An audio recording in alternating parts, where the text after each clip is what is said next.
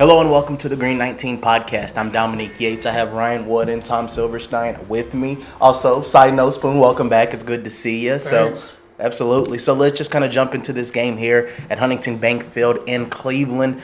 The Packers lose 13-10, a walk-off field goal by the Browns. So some game, pretty much it all came down to that fourth quarter. One team made the winning plays when the other team didn't, and it's ironic that it was the winless team who made those winning plays. So, Spoon, I'll let you just start it off. Just, what can you make of this ball game? I think the Packers got bullied. They had bullied two teams the first 2 weeks, and then the bully came around and got to them. They just got beat up by a really good offense, but also their offense is screwed up. Their offense there's a problem there. It is. Nothing wrong with their defense. Their defense is fine. Special teams is still an issue. It's not special. The penalties are just crazy. Yeah. And but there's just a lot of things going on with the offense, and we're starting to see that, the wide receivers are not. It's deep, but it's not good enough. They don't have a true threat. They really missed Jaden Reed in this game, I thought. I thought he would have been a guy who could have gotten open quickly, done something with the ball on end of rounds and things like that. And they just had no answer. LaFleur had no answer. Love played not terrible, but he played a really bad game, I would say. Not his best. And the reason I say it wasn't terrible is that the protection was awful. Yeah. He had no time. But still, he and LaFleur should be able to come together and figure out something they can hang their hat on, and they never did. No. Ryan, just same thing. Just, what do you take away from this game and just some of that sloppiness that the Packers had? There's just so much. I said last week that I didn't think Jaden Reed's absence would swing many games. Boy, did it today. Here's the thing. It shouldn't have. Like, Jaden Reed's absence should not be an excuse, even against a very good Cleveland Browns defense, to not score 20 points. It shouldn't be an excuse. And with this Packers defense, you score 20 points, you're probably going to win. Like, that's really the mile marker to aim at for this offense, is score 20 points. They should do that against Cleveland or most other teams without Jaden Reed. So it did. They missed him today, but they shouldn't have. Like, that's not really it. Jordan Love, I thought he played just fine outside of one play. I mean, he missed some throws, right? He missed a couple checkdowns, sailed it over Josh Jacobs' head, but he was doing exactly what he needed to do to win, which was manage the game, play clean, don't make the costly turnover. And literally, you guys know that I write the quick game story, for at the end of each game on Packers News. One of my points was just that, was the fact that, okay, Jordan Love's not having a huge fantasy football week, but through 3 games almost, he hasn't had a turnover. That's going to win with this defense most of the time.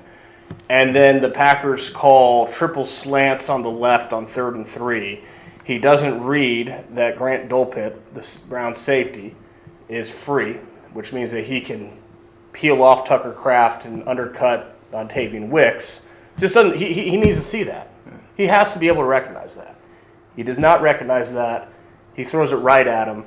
It's the one thing that he absolutely could not do, and he does that. So outside that one colossal mistake, I thought he was pretty much fine considering he was sacked 5 times in the first 3 quarters. How do you keep a quarterback from going off? Any quarterback in this league, for any defense, you harass him. That's what they did. That's why they wanted Zach Tom to play, by the way. We'll get into that.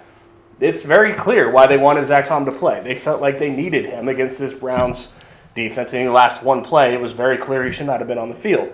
So only the second time Jordan Love's ever been sacked 5 times in a game. The first time was week 4 of 2023. I'm with you, Spoon. This offense has a lot of things wrong with it. Yeah, it was an issue. Go ahead, Spoon. Yeah, I just want to push back a little bit on Love. I didn't think he played very well. I thought he missed some balls. You know, he had that 3rd and 9 to Wicks that Denzel Ward made a nice play shoulder, on, yeah. but it was behind him. He threw that ball behind him. You know, the 2 plays to Jacobs were pretty key plays. I mean, he had that rollout, and he just sailed it over Jacobs' head. I thought, you know, he wasn't really on target a lot of the time. He threw a nice ball to Dontavian Wicks down the middle, but I felt like he didn't have answers to some of the things that they brought, and he should have never taken that sack way over on the other end. You know, he got From what could have gotten Schweitzinger. hurt. Yeah. And just throw that away. You know, so you know, I just didn't think it was a good day for anyone on offense. At one point, he was like 13 of 16. He did not finish the game efficiently. He missed throws. When he missed throws, they were late. I don't put that mostly on him. I put the interception on him. I put that on that's what happens for any quarterback when you sack him 5 times in 3 quarters. Oh, he was flustered. You want to see a quarterback miss throws Yeah, they but- should and get after him. That's how this league works. Yeah, and he did. He missed throws. Yeah. But he was under constant duress. They have to fix that offensive line for him. It's the best game he's played this season. Detroit, he wasn't touched, right? If you have protection, he can play. But any quarterback in this league, you sack them 5 times in 3 quarters, they're not going to have their best day. I know, but you're not always going to be, you know, protected. You know, some of the best quarterbacks, when they're under pressure, they find a way to get it done, and he just has to figure that out. Yeah, absolutely. I do want to jump into the offensive line, Spoon. I'll let you start it off. I mean, they were doing a lot of mixing and matching, a lot of shuffling. And let's start with, I guess, the first points of Zach Tom and Aaron Banks, because you asked LaFleur about that, and they tried to gut it out. But as Ryan mentioned, one play from Zach Tom, he's out. And it was still in the first half when Banks went down as well, re-aggravating the groin, and obviously Tom's oblique. But, you know, again, you can already tell there was no rhythm. And then right there from the O-line, after 2 strong performances, Yeah. it just was not there at all tonight. Yeah, the Zach Tom thing, they should have examined that a little further. Yeah. That's on them, and that's on Zach Tom. He's got to be honest about that. If he goes out on the first play, Yeah. that's bad. LaFleur claimed Banks's groin injury was a new groin injury. So, I don't know. Still, I mean, he came in with a groin injury. Was he ready to play? I don't know. I saw him get beat pretty bad on a sack. And then this couldn't have been a worse game for Jordan Morgan to come in, because his game is definitely finesse, and these guys were just taking it to him in every single way, taking it to everybody. They did. But I thought it was harder for him, particularly on the inside, to handle their aggressiveness. And that's something they're going to have to look at, whether he's ready to play any position other than left tackle. Yeah. I mean, right now, I don't know that he is. You know, Belton could have probably played probably should have played from the start. Yeah. And he had some issues too. But they just got knocked around. Everybody got knocked around. And then the false start penalties. Morgan had 2. Walker had 2. Walker had 3 penalties today. That stuff just can't happen. No. I think that's just what it boils down to. A lot of penalties, just a lot of mistakes. Again, it goes back to just no rhythm, especially one of the Jordan Morgan false start penalties. I think it was like a 3rd and 1. 3rd and 1, yeah. And they tried to run it, and he false start, then they back up, and they just don't capitalize. So. And those type of mistakes pre-snap happen when you're not focused. Yeah. And you might not be focused when you're playing essentially a brand new position. Think about how much has Jordan Morgan actually played right tackle. I'm sure he got reps this week, but we didn't see him play right tackle during camp. He doesn't play right tackle, so for him to be the first guy up, which was clearly the plan, he just hasn't repped it a whole lot. I think he's played better at guard than last year, but that's not to say he's playing good at guard. It's just how bad he was at guard last year. It's a very low bar for him to clear. So I'm with you on that. I thought it was very interesting. This game felt a lot like late 2024 to me in the passing game, where they just could not throw the ball more than 10 yards downfield. I thought it was very interesting that Matt LaFleur put that almost entirely on the protection. It was like, well, what do you expect when your quarterback's under constant duress? Those downfield concepts take time to unfold. You need to buy time. And the Packers sideline did not feel like Jordan Love had the time to be calling those type of concepts, and they just didn't even try. I mean, outside of that one throw that Jordan Love hit to Matthew Golden from his own end zone down the right side, I don't know how often they ever threw more than 10 yards downfield. It was very circa late 2024 where they didn't have Christian Watson, so they couldn't throw the ball deep. I think it's promising that more and more Matthew Golden's getting involved. He's going to have to expedite that development because they're going to need a way for the receivers to get open downfield. But Matt LaFleur put it almost entirely on the offensive line, the lack of protection. And there's a point to that. Yes, you do need to be able to protect long enough to call those downfield developing routes. They just couldn't. Yeah, but even then, I mean, it wasn't like the receivers were winning their one-on-one matchups throughout the game either. So it was a full operation offensively, and it all struggled. Another group, special teams. I mean, I feel like we sound like a broken record when we say, like, they're going to, like, the penalties, the mistakes, it's going to come back and haunt them. Mm-hmm. And it's ironic because going into this game, I felt like if the Packers could have found an edge, it was special teams because the Browns had some missed field goals, blocked punts. You know, they made a lot of mistakes, but they had no issues special teams wise and winning on a field goal and McManus's field goal blocked, and maybe they could have won the game there. But I'm telling you, the special teams, it's just a serious problem. Yeah, Cleveland's kicker came in with a calf injury. They weren't even sure he was going to play, and he nailed that 55-yarder with no problem. Yeah. But if you go back and look at the blocked field goal, it was Jordan Morgan again. Yep. He just got, bull rushed right up the middle. And now I know Bisaccia doesn't have a lot of options because two of his guys are hurt. So I don't know if he had another option other than Morgan, but Morgan probably shouldn't be in the middle of your blocking unit for field goals. I don't know who else he could have put in there. I'd have to look. But penalties. They had two penalties on that kick return at the end. Yep. Van Ness and Enekbari. Yep. It's incredible how many penalties they take. And they kick the ball into the end zone a lot. They get a lot of touchbacks. I don't know. There's just nothing going on other than Daniel Whelan. Yeah. Daniel Whelan's a star, and everybody else is, I don't know. Yeah, I guess that's the thing, Ryan. It's so ironic because as bad as the Packers were offensively, they still had a chance to win it if special teams could have, handled the operation and made the kick. What did Brandon McManus say about just the whole operation and just Orzech and those guys? Did he feel like the kick was good? Did he feel good about it? Yeah, it's interesting. Matt Orzech said that the internal clock was as it should be in his head. Like, everything felt like it was crisp. He got 1.3 seconds, felt like he hit it.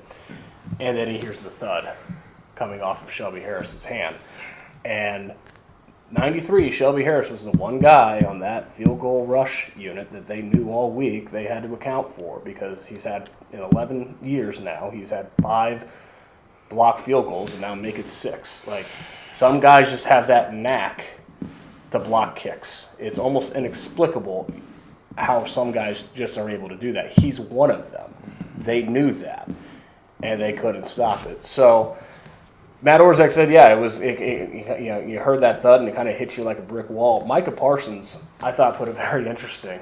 He said it was like watching a movie at the end. And this is Micah Parsons' first time seeing this movie. But for those of us who are more familiar with the history of the Green Bay Packers, we know that this is a very familiar loss. This is we've seen this movie before.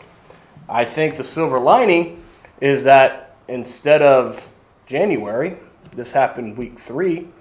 I think that there's the potential for this to be more than a loss and actually a lesson. And if it is, it could be a good thing for this team long term. Of it doesn't matter how talented you are. If you don't show up and execute, you can lose to anyone, even the Cleveland Browns, because you literally did. But the Shelby Harris blocked field goal felt a lot like the Corey Bojorquez blocked punt. Felt a lot like the Brandon Bostic botched onside kick. This is a franchise that over and over again runs a comedy loop on special teams. Yeah. And it has to stop because this is a team that is talented enough to win a lot of games, potentially even the Super Bowl. But how many times have we seen that and then special teams gets in the way? Like you have to make a 43-yard kick. They had gotten a second chance because the Josh Jacobs fumble did not stand as a Josh Jacobs fumble. There was no immediate conclusive recovery. They had a gift-wrapped win, and then special teams blows it again. That has to stop happening for this team. I guess that's the unique thing because the players even said it in the locker room, like the whole mindset of good thing it's week 3 and not in the playoffs. But this team isn't young anymore. Like, this is an experienced team. They played a lot of ball. Yeah, they're young in some places, but some of these mistakes, like, how does it kind of become this recurring theme? It's the same type of mistakes. They're like young, but they're not inexperienced. Right. That's the difference. Right. It's like if you're going to make mistakes, at least try to make some new ones. Like, you're just making the same ones as like a broken record. But, well, like, I mean, you kind of mentioned it earlier, Spoon. Defensively, there's just really not much that you can say. You can critique some things, but nothing really drastically. They kind of held their own, especially considering the fact they were put in some bad situations because the offense just could not sustain drives. Just, what do you see from the defense? They missed more tackles than we're used to seeing them miss. They couldn't get to Flacco at the end. They were getting to him early, putting some pressure, but they had a hard time sacking him. And, they never really provided. The offense needed the ball at the 30 for some reason. Somehow they needed to strip the ball from Flacco. They needed to get an interception, cause a fumble.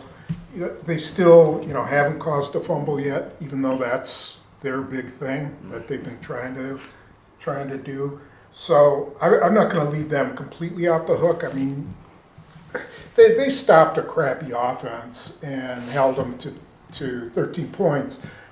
But they could have done more. Yeah. Three of those points were really on the defense, whereas the 10, the Jordan Love interceptions returned inside the 5, and then the block kicks out the midfield. Yeah. Now, Micah Parsons did have his second neutral zone infraction of the game right after the block kick. And after the game, Micah Parsons passed his chest and says, I apologize for my actions. They're not paying me to have 2 offsides penalties. Like, he took full accountability. I thought it was actually really impressive. But he's right. I mean, those things have to happen. I think you saw 2 terrible offenses today put way too much pressure, way too much weight on 2 good defenses, and they both kind of buckled at the end. Like, even the Browns' defense buckled at the end. Right after the touchdown following the interception, the Browns give up 38 yards in 2 plays. They let them right back into field goal range because they've just been carrying the water all game. And if not for the block kick, the Browns' defense would have buckled, and then obviously the Packers' defense buckled. Bottom line, the Packers' defense is very, very good. It is not perfect. There is no such thing as a perfect unit on any side of the ball in this league.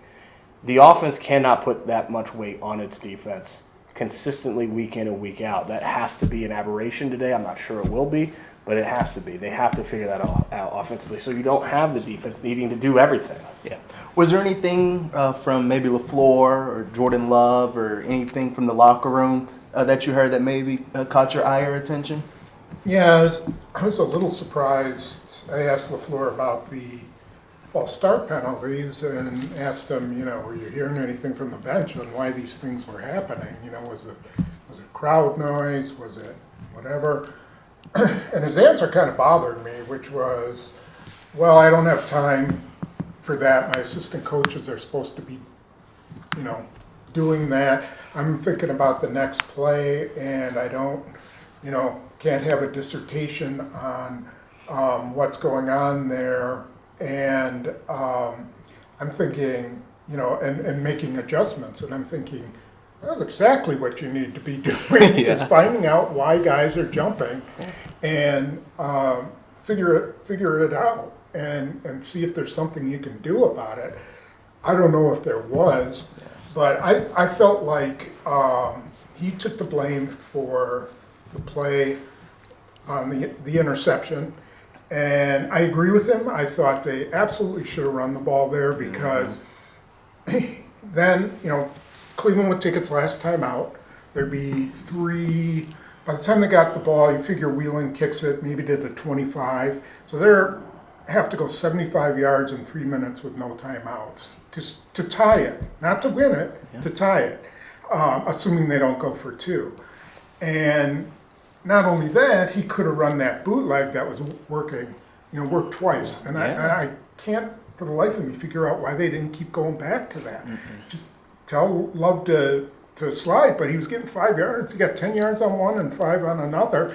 And if they're going to keep playing like it, punish them. Make them, figure out a way to stop it. And I just thought it wasn't a good day all the way around. Is there something to be said? And I'm totally with you, but is there something to be said about wanting to put your faith and your confidence in your quarterback to go get 3 yards?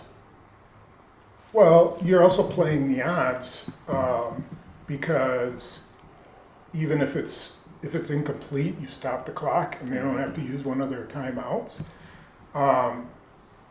You've got a play that you thought about and it's worked. I don't know. No, I just in that moment, I think I would have still run the ball. Even with Josh Jacobs, the way you never know when he's going to break a tackle.